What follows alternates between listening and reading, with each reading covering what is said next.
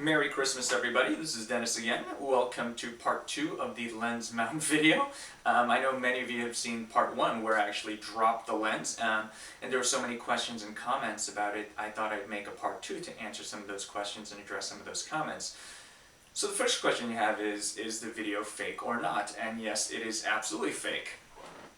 What I did was I had an old 28-70 lens that I destroyed on a job. Luckily my insurance company covered it, Love Insurance.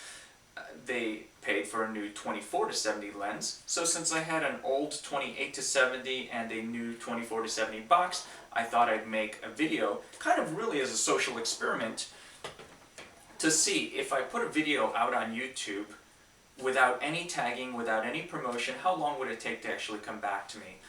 It took about 2.5 months for that video to come back to me before my friends started calling. It was about 17,000 views, and I think currently the video has almost 220,000 views, so I guess it kind of went viral a little bit, got picked up on some photography forums with people arguing whether it was fake or not, or what my technique was. Anyways, so I wanted to address some questions and some comments.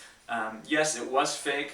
Number 2, the most popular question was, did I actually drop the lens? Absolutely I did. The sound that you hear is the actual 28-70 hitting concrete. It is a cringeworthy sound that nobody should hear. You know what surprised me is how many people said, oh, that's not the sound of the lens hitting the ground, or that's not the sound an L lens makes hitting the ground. I want to know how many of you are dropping your lenses so often that you actually know the sound of a 28-70 or 24-70 hitting the ground.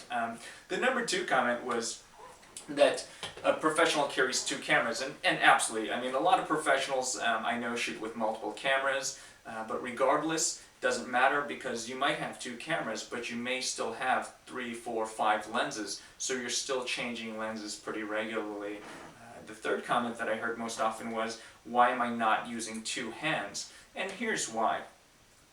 If you're using 2 hands to change the lens, usually one hand is grabbing the camera, pushing the button on the body, and then spinning the lens off.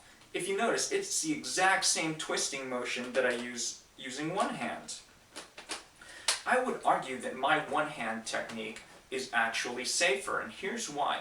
If you're using 2 hands, one to hold the camera, one to hold the lens, and you're spinning it off, should that camera lens fall, guess what? Now you've got to let go of this and try to reach for that camera lens. So your camera's dropping a little bit, your hand is behind the camera, may get tangled in the camera cord, so it's less safe. Frankly, if you're that worried about dropping the camera lens, here's what you do, and here's how the safest way. You're still going to use that same one-handed technique, and what you're going to do is just kind of spin it off. With that free hand, you're not going to hold the camera. What you're going to do is put it right under the front of the lens, so should that lens fall, it's just going to fall into the left hand versus hitting concrete. So if you're frankly that worried about whether the lens falls or not, or it's going to hit concrete, use the 2-hand method. For those of you who said that it isn't a valid technique and no professional uses this, that's actually not true. Where I picked this technique up was from the Strobist. I know many of you visit his website, thestrobist.com, and back in 2006 he wrote a post about exactly doing this technique, how to spin it off with one hand. I was up in Maine for the photographic workshops, was working with some photojournalists there, and they used the exact same technique. So yes, it is an actual valid technique, and I would frankly argue that it is safer. So, and it works with any lens. So if you've got a small lens, you can spin it off. You can always take a larger lens.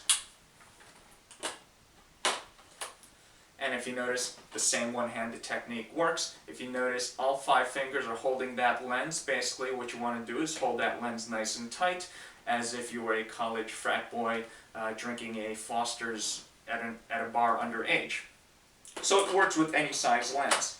I know a lot of people have been talking about using a technique where you're holding the lens like this and you screw the other lens off with the back of the hand or the other 2 fingers. You know, I don't trust that. Can you imagine doing that with a 24-70 and a 70-200 or a 85 1.2? I mean, the lenses are so big and heavy, there's no way to have 2 lenses, 2 expensive lenses held in one hand kind of precariously. So there you have it. Thank you everybody for participating in my social experiment. I hope you enjoyed the video, got a good laugh, and happy holidays.